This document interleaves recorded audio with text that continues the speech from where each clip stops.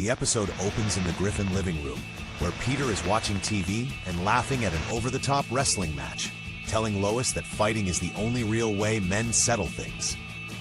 Lois scolds him, reminding him that violence isn't the answer, but Peter shrugs it off, declaring that every great man in history was a fighter.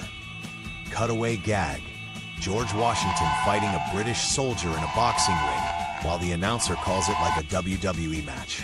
Later that day, Peter goes to the drunken Clam, where he, Quagmire, Cleveland, and Joe argue over who would win in a fight between them. Things get heated when Quagmire mocks Peter for being out of shape. Joe brags about his upper body strength, and Cleveland calmly says he would outlast them all.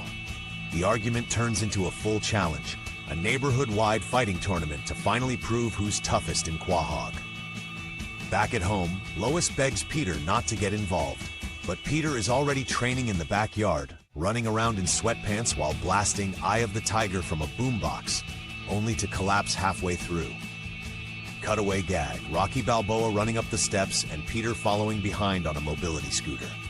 Meanwhile, Brian and Stewie see the fight tournament as an opportunity to make money and decide to set up an underground betting ring, with Stewie acting as a shady bookie in a trench coat and Brian convincing townsfolk to place their bets.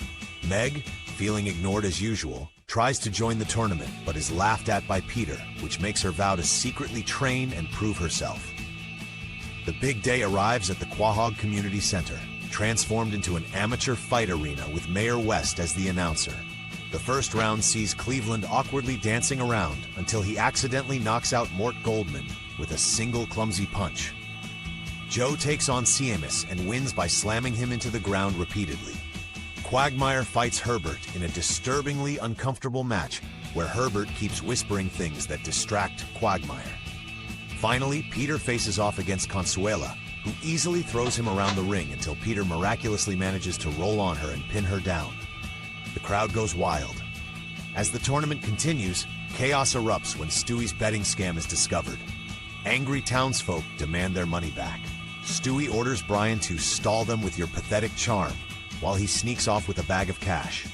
Meanwhile, Meg enters the ring uninvited and challenges Peter, shocking everyone. Lois cheers her on, saying she finally found a way to stand up for herself. The fight starts as a joke, but Meg lands a punch that genuinely hurts Peter, leading to a slow-motion showdown between father and daughter. Just as Meg is about to win, Peter realizes how strong she is and proudly lets her defeat him. The episode ends with Meg holding the championship belt high while the Griffins celebrate. Back at home, Peter tells Lois he's proud of Meg, but adds that next time, he's bringing a steel chair like in wrestling. Cutaway gag: Peter hitting Thomas Jefferson with a chair during the signing of the Declaration of Independence. In the final scene, Brian counts his stolen money, while Stewie reminds him that they'll need to lay low until the heat dies down. Only for Quagmire to burst in angry about losing all his bets.